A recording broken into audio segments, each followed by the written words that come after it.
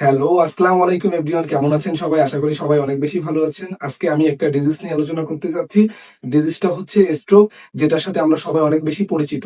এখন ছোট ২-১ টা টিপস ফলো করলে আমরা স্ট্রোকের বড় ঝুঁকি থেকে এড়াতে পারি নিজের বাবাকে, নিজের মাকে, নিজের আত্মীয়স্বজনকে।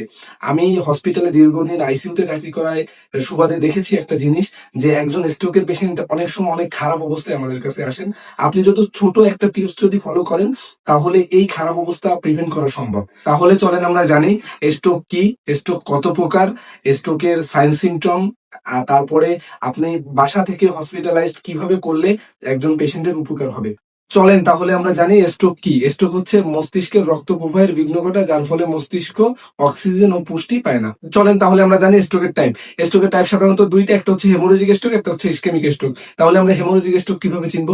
সহজ ভাষায় বলতে গেলে হেমোরেজিক স্ট্রোক হচ্ছে ব্রেনের রক্তক্ষরণ, আর ইসকেমিক স্ট্রোক হচ্ছে ব্রেনের যে নার্ভ গুলো আছে সেইগুলো শুকায় যাওয়া বা জমাট বাঁধা। তাহলে আমরা সাইন সিমটমটা সহজ ভাষায় কিভাবে মনে রাখতে পারি? আমরা ফার্স্ট এই কথার সাথে সবাই অনেক বেশি পরিচিত, এই ফার্স্ট কথাটা মনে রেখে আমরা স্ট্রোকের সাইন সিমটমটা মনে রাখতে পারি। যেমন আমরা এফে কি ধরতে পারি? আমরা এফে ফেস ধরতে পারি। ফেস দেখবেন আপনি সাধারণত স্ট্রোক করলে একজন পেশেন্টের মুখ বাঁকায় যেতে পারে। তারপর এতে আমরা আর্ম ধরতে পারি, দেখবেন আপনার স্ট্রোক করার পরে কোনো একটা সাইড আপনার উইক হয়ে যেতে পারে, হাত পাও একটু অবশ হয়ে যেতে পারে। তারপরে আমরা হচ্ছে এসে কি ধরতে পারি? এসে স্পিচ ধরতে পারি। দেখবেন স্ট্রোক করার পরে একজন মানুষ কথাবার্তা জড়ায় যাচ্ছে, সে আগের মতো কথাবার্তা বলতে পারছে না, এরকম। আর এই তিনটার উপর নির্ভর করেই আপনার লাস্টেরটা হচ্ছে টি, এই টাইমটা মেনটেন করে আপনি একজন স্ট্রোকের পেশেন্ট আপনি বোঝার পর তাকে কত তাড়াতাড়ি ইমিডিয়েট হসপিটালাইজড করতে পারেন, এইটা খুবই গুরুত্বপূর্ণ। কারণ আমরা অনেক সময় ডিলে করে ফেলি। ডিলে করলে হয় কি জানেন? ডিলে করলে একজন মানুষের লাইফ নিয়ে সংশয় তৈরি হয়। আর এখানে একটা ছোট্ট টিপস দিব, যে টিপসটার ফলে আপনি একজন স্ট্রোকের পেশেন্টের জীবন সেভ করতে পারবেন। সেই টিপসটা হচ্ছে, মনে করেন আপনার বাসা সাতক্ষীরা, আপনি সাতক্ষীরা থেকে খুলনায় আসবেন। খুলনায় আপনারা জানেন যে পদ্মার এপারে সব থেকে আধুনিক সিটি মেডিকেল কলেজ হসপিটাল আছে, যেখানে আধুনিক চিকিৎসা হয়। সেখানে আপনি আসবেন, তাহলে আপনার প্রায় 1.5 থেকে 2 ঘন্টা সময় লাগবে। এই 1.5-2 ঘন্টায় আপনি একটা পেশেন্ট, স্ট্রোকের পেশেন্ট যে বমি করবে, এটা একেবারে কমন একটা বিষয়।